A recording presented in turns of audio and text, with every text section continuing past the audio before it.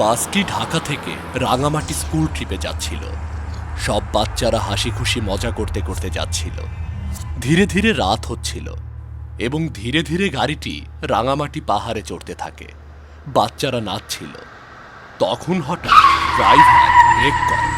কি হয়েছে ড্রাইভার? এভাবে রাস্তার মাঝখানে গাড়ি দাঁড় করালেন কেন? আপা, ওই দেখেন একটা মহিলা বাসের সামনে দাঁড়ায় আছে। আমায় সাহায্য করো, আমার বাড়ি পাহাড়ের উপর, অনেক রাত হয়ে গেছে, আমাকেও বাসে নেন, আমার বাচ্চা অনেক ছোট, সাহায্য করো। ম্যাম, বাকি স্যার ম্যাডামের সাথে আলোচনা করে মহিলাটাকে ওই বাসে শিফু, রোহান এবং রোহানের ভাই মিজান একসাথে এক ট্রিপে এসেছিল। কিন্তু মহিলাটা আসার পর থেকে তার অস্বস্তি লাগা শুরু করে। কিন্তু সে সেখানে মন না দিয়ে বন্ধুদের সাথে গান গাইতে থাকে। বাস হঠাৎ করে ধাক্কা খায়, যার কারণে মহিলাটি তার বাচ্চাকে যে কাপড় দিয়ে ঢেকে রেখেছিল সেটা খুলে যায়। সেখানে শিফু দাঁড়িয়েছিল। বাচ্চাকে দেখার জন্য মহিলাটির কাছে যায় এবং বাচ্চাকে দেখার পর জোরে জোরে চিল্লাতে থাকে। কি হয়েছে শিফু? ম্যাম, ওই বাচ্চা কঙ্কাল, বাচ্চা কঙ্কাল ম্যাম। কি বলতে চাচ্ছ? কি হয়েছে? ম্যাম, ওটা বাচ্চা নয়, ওটা কঙ্কাল। এই কথা শুনে সবাই চিন্তায় পড়ে যায় এবং ওই মহিলাটিকে দেখতে থাকে। তখন ওই মহিলাটা হাসি মুখে তার বাচ্চাকে সবাইকে দেখিয়ে দেয়, আর বাচ্চাটা নর্মাল বাচ্চাই ছিল। শিফু, ওই দেখো, বাচ্চাটাই তো, দেখো তোমাকে দেখতেছে। ব্যাস ম্যাডাম, আমাকে এখানেই নামায়া দেন। মহিলাটি বাস থেকে নেমে যায় এবং বাচ্চার খেলনাটা বাসে ফেলে রেখে যায়। রোহান সেই খেলনাটা নিজের কাছে রেখে দেয়। মহিলাটা যাওয়ার পর শিফু জানলা দিয়ে তাকে দেখতে থাকে। মহিলাটা বাসের পেছন দিকে যেতে থাকে। তখন মহিলাটি পেছন ফিরে শিফুর দিকে দেখতে থাকে এবং শয়তানি হাসি হাসতে থাকে। তখনই শিফু ম্যামকে দেখতে বলে। তখন মহিলাটি মাথা ঘুরিয়ে সামনের দিকে যেতে থাকে। ম্যাম, আমি সত্যি বলছি, ওই মহিলাটা মাথা না ঘুরিয়ে আমার দিকে দেখছিল।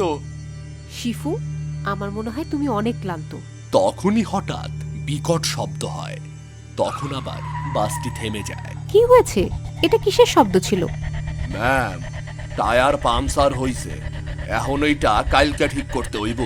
সকল স্যার ম্যাডাম নিজেদের মধ্যে আলোচনা করতে থাকে এবং সিদ্ধান্ত নেয় পাশের একটা হোটেলে আজকের রাতটা থাকবে। সব বাচ্চারা রাতের খাবার শেষ করে যে যার রুমে যেতে থাকে। শিফু, রোহান এবং রোহানের ভাই মিজান একই রুমে থাকবে, কারণ রোহানের ভাই অনেক ছোট। এর কারণে রোহান তার ভাইকে তার সাথেই রাখে। এখন রোহানের কাছে সেই বাসে ফেলে যাওয়া খেলনাটা আছে, যেটা ওই মহিলার বাচ্চার।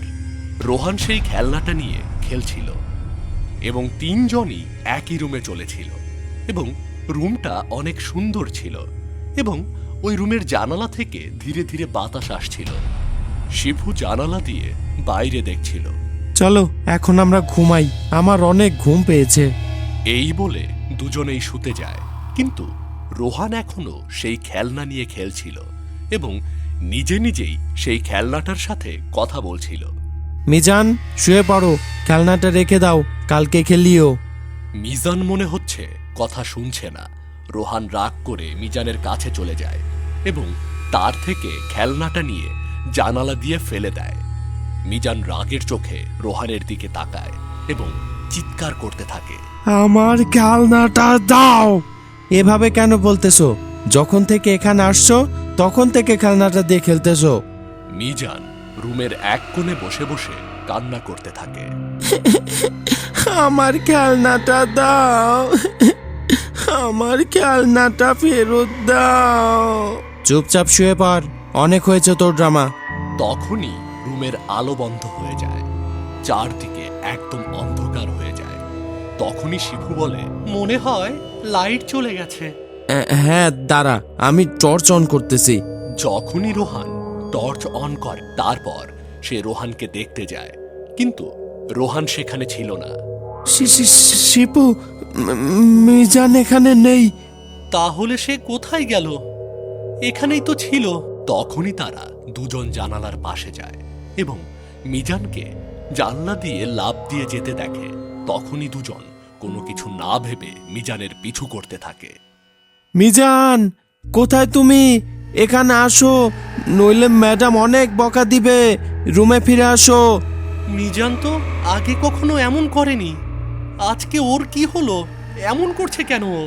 তখন তারা দেখতে পায় আশেপাশে মিজান কোথাও নেই। তারা দুজন জঙ্গলের মাঝামাঝি ছিল, তারা মিজানকে কোথাও দেখতে পাচ্ছিল না। তখনই মিজানের আওয়াজ শুনতে পায়। তারা ওদিকে যেতে থাকে। আওয়াজটা গর্তের ভেতর থেকে আসছিল। দুজন সেই গর্তের দিকে যেতে থাকে এবং সেই গর্তে দেখতে পায় সেই খেলনাটা যেটা দিয়ে মিজান খেলছিল। সেই খেলনা থেকে একটা আওয়াজ আসছিল, বাঁচাও আমাকে, এখান থেকে বের করো আমায়, এখানে আমার ভয় করছে। এই ঘরে ঢোকো। তারা সেই ঘরে ঢুকে পড়ে। ঘরটি ছিল শুনশান নীরব। কেউ আছে এই ঘরে? আমাদের সাহায্য দরকার। কি সাহায্য দরকার বাচ্চারা? তুমি এখানে? হ্যাঁ, এটা আমার ঘর। তোমাদের কি দরকার? আমার ভাই হারিয়ে গেছে, ওকে খুঁজতে সাহায্য দরকার। আমি কোথাও যেতে পারবো না, আমার বাচ্চা ঘরে একা। তখনই শিফুর নজর বাচ্চার হাতে যায়। বাচ্চাটির হাতে রোহানের কাছে যে খেলনা ছিল তার মতো দেখতে আরেকটি খেলনা। এটা দেখে শিফু বাচ্চাটির হাত থেকে খেলনাটা ছিনিয়ে নেয়। এটা তুমি কি করলে? ফেরত দাও তাড়াতাড়ি, এটা আমার ছেলের। এটার শাস্তি তোমায় অবশ্যই পেতে হবে। এই খেলনাটা তো মিজানের কাছেও ছিল। মিজান কোথায়? কি করেছো তুমি মিজানের সাথে? মহিলাটার কোলে বাচ্চাটা কাঁদতে থাকে, আর এই বাচ্চাটাই মিজান ছিল। তার চোখটি লাল লাল হতে থাকে, আর এটা দেখে শিফু খেলনাটা বাইরে ফেলে দেয়। মিজান উল্টো হয়ে ঘর থেকে বের হয়ে যায়, আর ওই মহিলাটি পিশাচে পরিণত হয় এবং হাওয়াতে উড়তে উড়তে দুজনকেই ধাওয়া করতে থাকে। শিফু এবং রোহান মিজানের পেছন পেছন যেতে থাকে। ঘরের বাইরে এসে তারা মিজানকে দেখতে পায়, আর মিজান ততক্ষণে আত্মায় পরিণত হয়ে গেছে। শিবু এবং রোহান জীবন বাঁচানোর জন্য জঙ্গলের বাইরে যেতে থাকে। তখন রোহানের মিজানের কথা মনে পড়ে এবং মিজানকে দেখতে থাকে। ভাইয়া, আমাকে ছেড়ে যেও না, তুমিও আমাকে ছেড়ে চলে যাও। দেখো না ভাইয়া, আমার কতটুকু কেটে গেছে, আমার অনেক ব্যথা করছে ভাইয়া। রোহান, তুমি ওর কাছে যেও না, ওটা মিজান নয়, তোমাকেও মেরে ফেলবে। ও একটা আত্মা। রোহানকে ওই শাকচুন্নি আগেই মেরে ফেলেছে, তোমাকেও মেরে ফেলবে। যেও না ওর কাছে। না, ওটা মিজান, আমাকে ওর কাছে যেতেই হবে। ওই দেখো, ওই যে মিজান, দেখো ও কত আহত। রোহান মিজানের কাছে চলে যায়। তখন ওই মহিলাটা এসে যায় এবং রোহান এবং মিজানকে সাথে নিয়ে চলে যায়। এটা দেখে শিফু পালাতে থাকে। পালাতে পালাতে রাস্তায় এসে পড়ে এবং ক্লান্ত হয়ে অজ্ঞান হয়ে যায়। সকালে উঠে জানতে পারে জঙ্গল থেকে রোহান এবং মিজানের লাশ পাওয়া যায়। কারও জানা নেই তাদের সাথে কি হয়েছিল। তখনই গ্রামের এক লোক বলতে থাকে, এই জঙ্গলে একটা মহিলা তার বাচ্চাকে নিয়ে বাস করত। তখন কিছু লোক হোটেল বানানোর জন্য মহিলাটার জায়গা জোরপূর্বক নিয়ে নেয়। মহিলাটা জায়গাটা দিতে সম্মতি ছিল না, তাই পাহাড় থেকে মহিলা ও তার বাচ্চাকে ফেলে দেয়। তখন থেকেই তার আত্মা এখানে আসা বাচ্চাদের মেরে ফেলে।